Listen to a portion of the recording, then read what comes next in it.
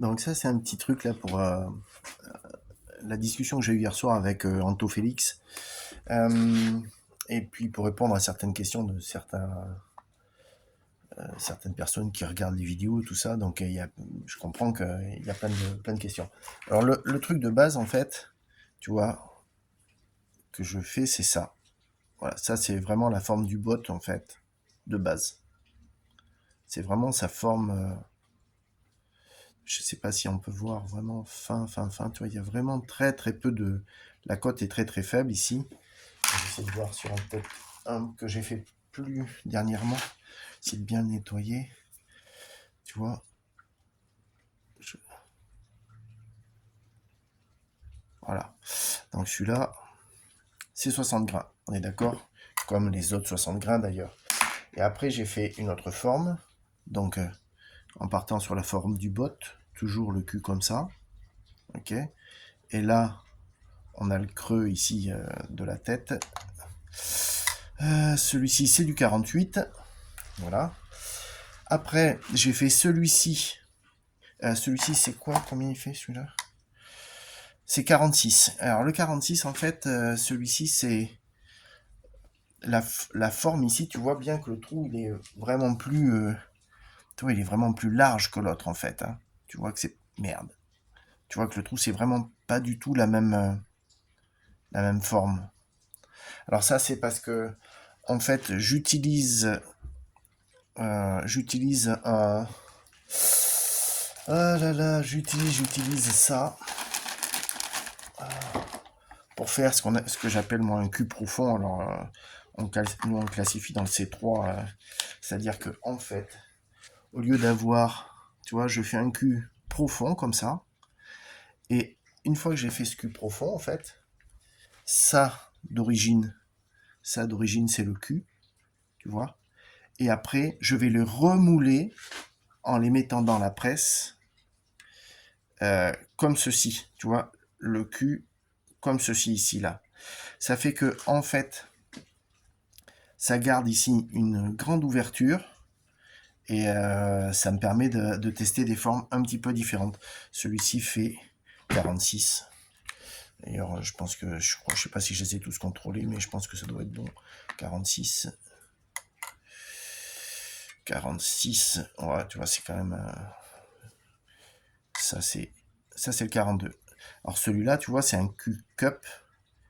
42 parce que c'est des tout petits. 42, moi je les tire pour tirer vraiment très près. Alors, je, je les, comment ça s'appelle? J'y retravaille pas trop. Ça, c'est vraiment pour. Ça sont vraiment ceux qu'on tire avec Steph pour faire vraiment des grandes distances.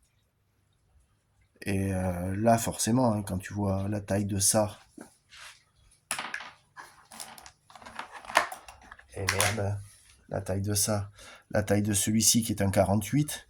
Déjà, tu vois, entre l'un et l'autre, tu dis waouh, ça fait quand même pas mal. Et quand tu vois un petit 42 à côté, juste là, je sais pas si je vais pouvoir te le mettre comme ici. Attends, moi je vais le poser là, peut-être que tu verras mieux. Voilà. Hop. Ah, mais quel couillon ce truc. Voilà. Et là, forcément, je sais pas, je vais essayer de descendre un peu le pied. Je sais pas si tu vois la différence de taille des bestiaux, quoi, tu vois. Là, on est carrément sur trois petits trucs vraiment bien différents, tu vois. Le 60 derrière, tu le repères, il n'y a pas de problème. Ils sont vraiment. Ah, diable.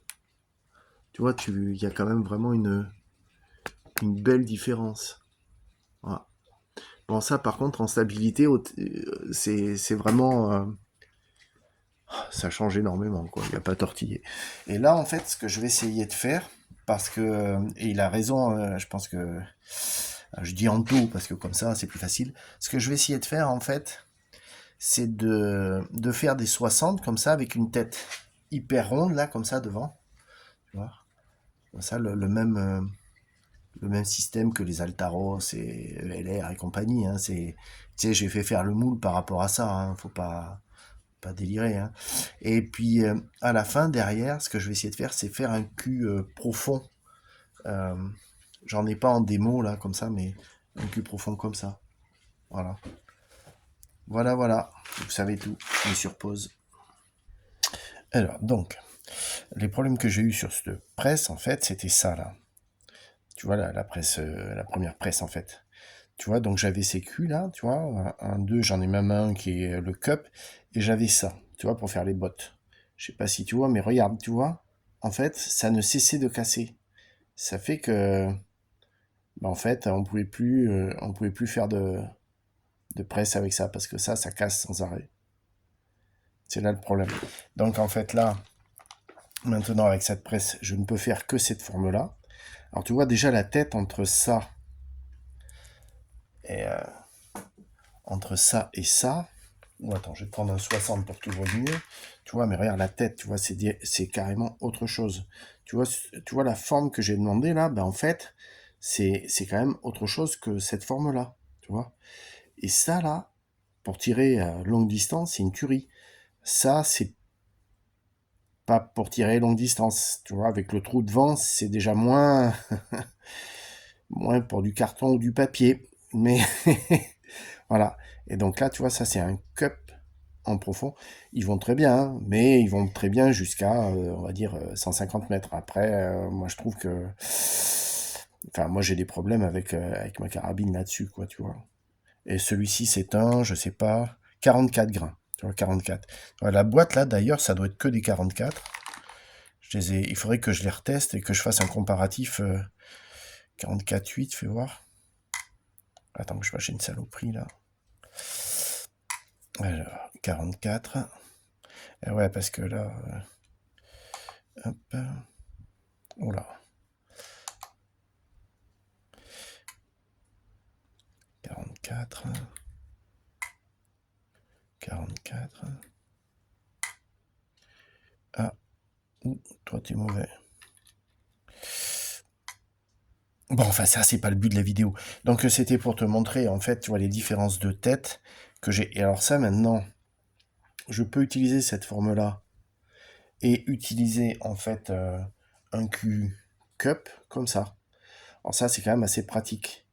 Parce que certes j'ai acheté plein de jeux de presse en fait, tout compte fait, mais maintenant ça me donne une diversité complètement folle, quoi, tu vois.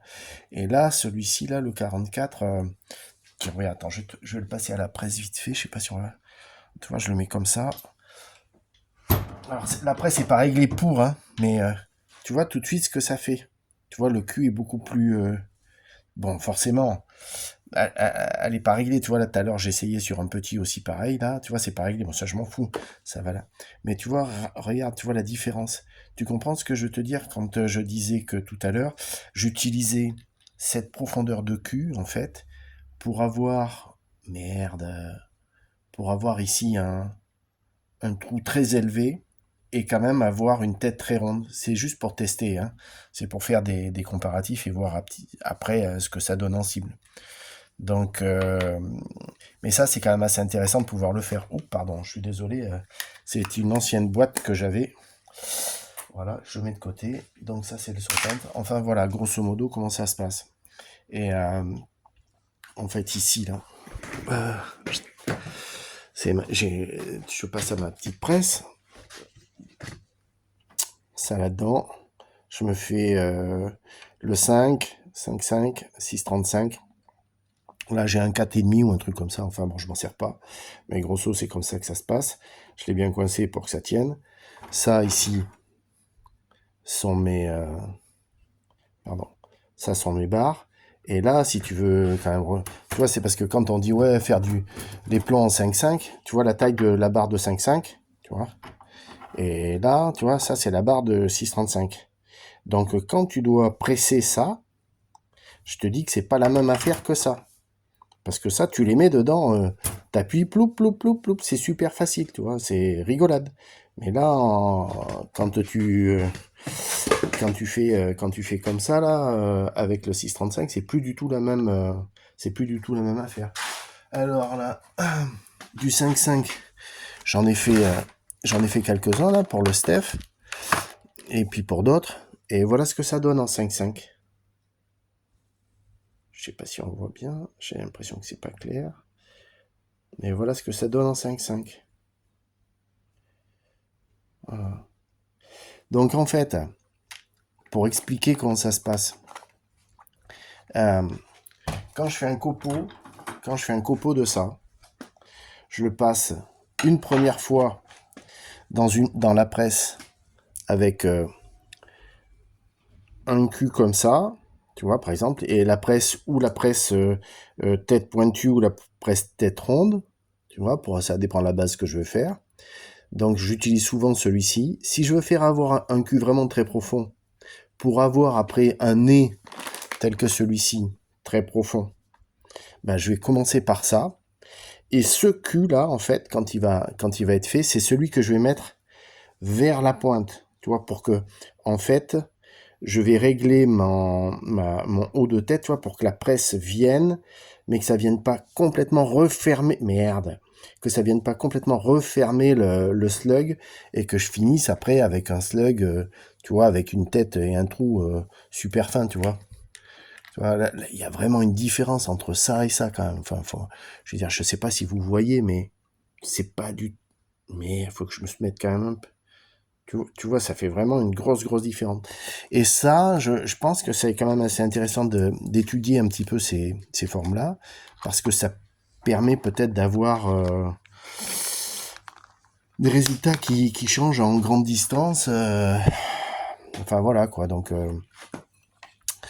ça, vraiment, c'est ce cul en profondeur, je trouve que vraiment, pardon, ce cul en profondeur comme ça, je trouve que c'est vraiment, tu vois, ça fait très diabolo en fait, tu vois. Mais le diabolo, faut quand même avouer que euh,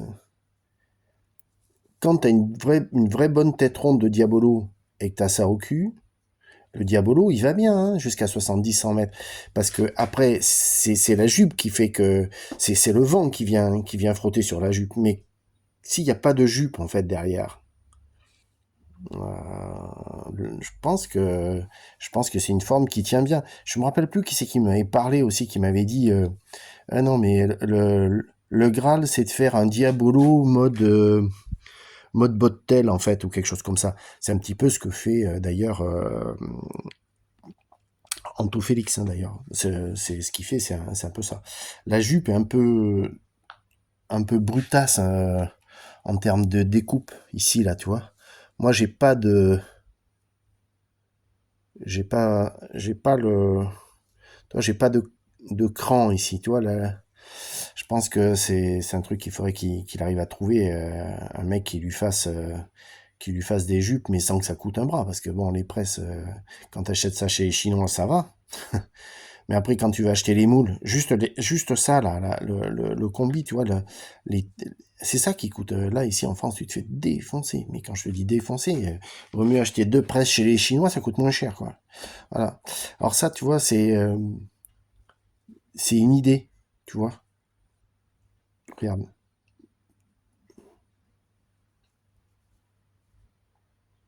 Tu vois le concept? Alors,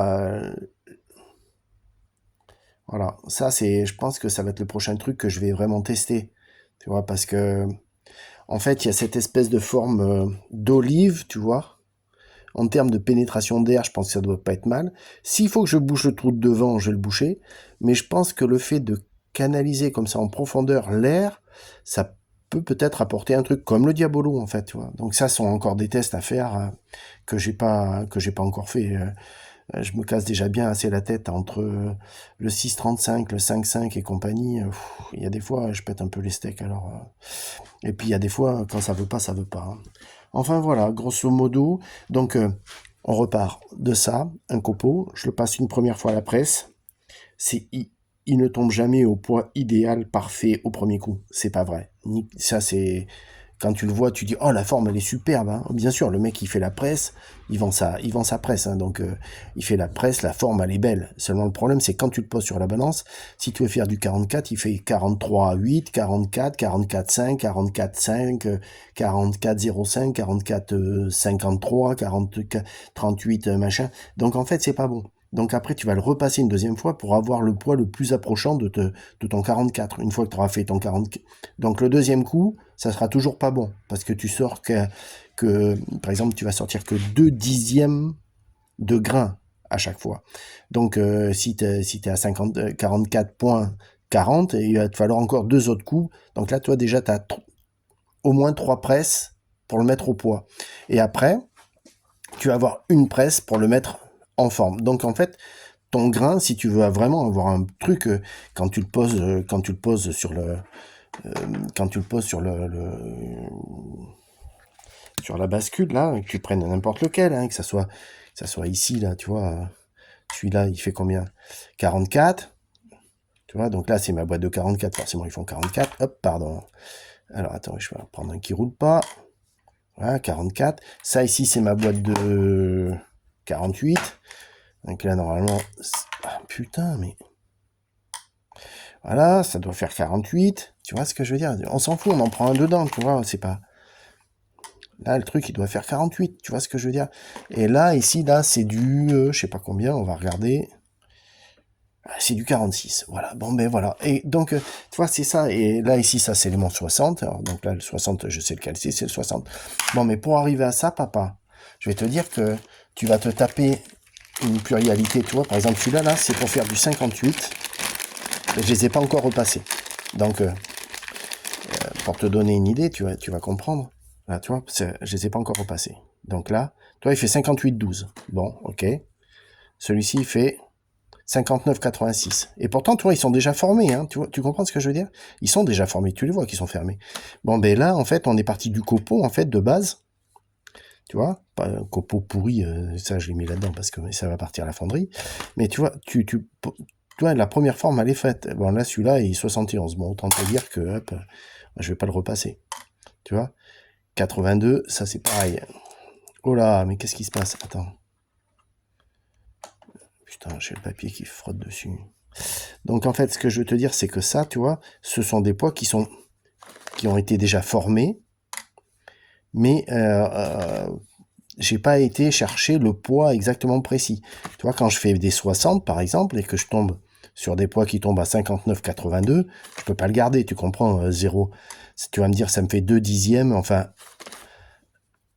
1 18e, 1 18 centième, c'est pas possible, ça, je le garde pas du tout, je peux pas le tirer, moi. Vraiment, je veux pas le tirer, surtout. Tu vois, celui-là, il fait 58, mais il est pas formé. Donc, tu vois, ça, là, 59,74, quand tu fais du 60, c'est pas bon. Parce qu'il fait pas 60. Tu comprends ce que je veux dire? Donc tout ça, ceux-là, tu les sors. Et après, tu vas les presser. Tu vois, 58,94. Bon, ben, franchement, il a 1 grain 6 de... Pas 1 grain 6, 1 dixième d'écart. Donc c'est pas bon. Tu peux pas l'utiliser, quoi. Si tu tires ça, en fait, si tu veux, t'as beau tirer, machin, ci, là, moi, je pense que si au départ... ce que tu mets dedans, c'est pas bon, ça me paraît compliqué, quoi. Voilà. Pour avoir un résultat, quelque chose de sensé. Je te parle pas de faire du tir à 100 mètres, hein, parce que du tir à 100 mètres, là, tu prends n'importe quel, là, dans le lot, là, ils sont tous pesés au dixième, au centième, hein, puisque c'est au centième de grain. Ils sont tous pesés au centième de grain. Ça, à 100 mètres, je me prends pas la tête. Vraiment, je peux le tirer n'importe lesquels. Je règle ma carabine à 100 mètres et je sais que ça va être top de chez top. 150 mètres, ça commence à changer. 180, 200, bon là déjà, on commence à passer sur des cibles qui font ce carré, là, tu vois, on est sur des carrés qui font déjà 7 sur 7, hein, tu vois. Au départ, à 100 mètres, tu peux tirer là-dedans. Hein. L'idée, c'est ça, quand il n'y a pas de vent, hein, pas comme quand moi je suis en zone pourrie de fou. Bon, aller tirer avec 40 km/h de vente, tu vas me dire, c'est n'importe quoi. Qu'est-ce que tu branles, Steph? Et ça, t'as raison. Donc, à 100 mètres, quand tu tires là-dedans, ça paraît normal. Tu regardes Christian, tu regardes Dromé, tu regardes qui tu veux. Et les mecs, ils tirent à 100 mètres dedans et c'est normal. Quand tu commences à arriver à 150 mètres, bon, déjà, tu vois, la cible, tu dis, bon, allez, là-dedans, on est bien. Quand tu arrives à 200 mètres, tu dis 7. Nous, le 200 mètres, on le tire dans le 7 par 7 avec Steph. Bon, voilà. Après, quand tu commences à passer 200 mètres, 250 mètres, bon, là, faut que tu commences à avoir d'autres formes, d'autres. C'est un autre produit, c'est pas le même tir, c'est un autre produit. Et encore, bon, moi, t'as vu, je tire pas sur chevalet. C'est vrai que les mecs, ils ont raison quand Jérémy me dit ouais, papa, tu veux faire de la précision, tu tires sur un truc qui gigote dans tous les sens. Je suis d'accord. J'avoue qu'il a raison. Ou quand Dromé me dit ouais, non, mais si tu veux faire de la précision, il faut que tu prennes un truc qui tienne la route. J'entends le truc. Maintenant, moi, ça me fait pas bander. Alors, on est d'accord. Moi, le mec qui me tire 3 plombs ou 4 plombs à 200 mètres dans un truc qui fait qui fait une pièce de 2 euros, je dis là, le mec, c'est un bon tireur. Tu vois ce que je veux dire? Parce qu'il n'y a pas que le matos, il y a le tireur aussi, hein. Moi, tirer dans un étau, ça me fait pas kiffer. Bon, voilà. J'estime que un bon tireur, c'est un mec qui arrive, il prend sa carabine, il la pose sur son trépied, sur son bipied, il a pas de cale, rien du tout, il arrive, pouf, et là, il te met une fève, et c'est de l'horlogerie suisse. Là, ça me fait bander. Tu vois ce que je veux dire? Et là, tu dis, bon, là, papa, le type, déjà, il connaît son flingue, 2, il s'est tiré, 3, est-ce qu'il met dedans, ça doit pas être un truc de baltringue. Voilà. C'est pour ça que je m'entête un peu à tirer sur le trépied parce que déjà moi c'est ce qui me plaît et puis et puis voilà parce que je suis comme ça. Enfin voilà, bon j'espère que ça vous aura aidé à avancer un petit peu vos idées sur la fabrication des slugs. Je vous le dis de suite, si vous vous lancez là-dedans, il faut que vous ayez du temps parce que c'est ultra chronophage, mais vraiment vraiment c'est pas une blague, c'est vraiment un truc de mais c'est un sacré de putain de délire incroyable. Bon, moi aussi, ça me permet aussi un autre truc, hein. C'est-à-dire que, tu vois, une boîte comme ça, quand elle est pleine, dedans, il y a 700 slugs. 700 slugs, tu vois, sont des formes, quand même, que quand tu les achètes dans le commerce, je pense que tu dois les payer entre 12 et 18 euros les 100. Sur une journée, nous, avec Steph, des boîtes comme ça, je te raconte pas, on en flingue une chacun. Donc, si on devait les acheter, ouais, forcément, papa, on ferait moins de journées. On est d'accord. Alors que là, quand j'ai le temps et que je bosse pas à côté pour mon job, que je me fais 2 jours comme ça où je balance 2 fois 400 ou 2 fois 300 ou 2 fois 500 slugs, bon forcément, si je dois les acheter 2 fois par semaine, grosso modo, j'en aurais pour 5 ou 6 000 euros par an. Tu vois, donc ah ouais, ça commence à picoter, tu vois. Et en plus de ça, je veux pas faire l'affront de prendre une boîte, que j'ai ici, de produits que j'ai pas ouverts. Tu vois, je vais retourner les boîtes pour pas que. Regarde, je vais t'expliquer. Tu vois, tu vas reconnaître les boîtes avec les petites étiquettes sur les côtés. Si jamais je les prends, que je les pèse là, que je les mets un par un sur la balance, euh, tu vas dire non mais c'est pas possible. C'est pas possible. Il y a, il y a trop de variations dedans. Tu vois, on arrive des fois où on a 3 dixièmes d'écart. 3 dixièmes d'écart sur le point nominal. C'est énorme. Parce que 3 dixièmes, alors bon, bien sûr, quand tu tires à 40 mètres, le mec, il s'en rend pas compte. À 50 mètres, 70 mètres, il s'en rend pas compte. Le type qui tire avec une Pantera, qui tire avec un M4, un M3 ou Epic ou ce que tu veux. Bon, je te parle de carabine, hein, forcément, je te parle pas d'une. Enfin bon. Et donc, bon, ben, ces mecs-là, 70, 100, jusqu'à 100 mètres, je crois que je suis pas sûr que tu vas avoir une petite diff, mais ça va pas être énorme, tu vois. Par contre, quand même, si 100 mètres, ça va peut-être, tu vas peut-être commencer à avoir des diffs. Quand je regarde, par exemple, Christian qui fait ses vidéos, là, qui tire en 5.5, et qui teste tout un tas de slugs, ses vidéos sont, tu vois, le mec, c'est un laser, quoi. Bon, ben, là, forcément, tu vois bien que un petit grain, un petit 2 clics à la micro, machin, tu vois, ça a une incidence, on le voit. Donc, imagine que 3 dixièmes de grain, imagine 3 dixièmes de grain, ce que ça représente dans l'équilibre de ton slug, passer 50 mètres. Voilà, c'est ça. Alors, alors 3 dixièmes de grain sur un 60, tu dis oui, en effet. Bon, 3 dixièmes de grain sur un 38, bon, déjà, ça fait la moitié du poids, donc là, enfin bon, on va pas théoriser le truc. Voilà, enfin, j'espère que ça aura répondu à vos questions. Désolé pour cette vidéo un peu longue, j'ai essayé d'être le plus concis possible, mais bon, je suis un vieux bavard, qu'est-ce que tu voulais. Salut les petits clous.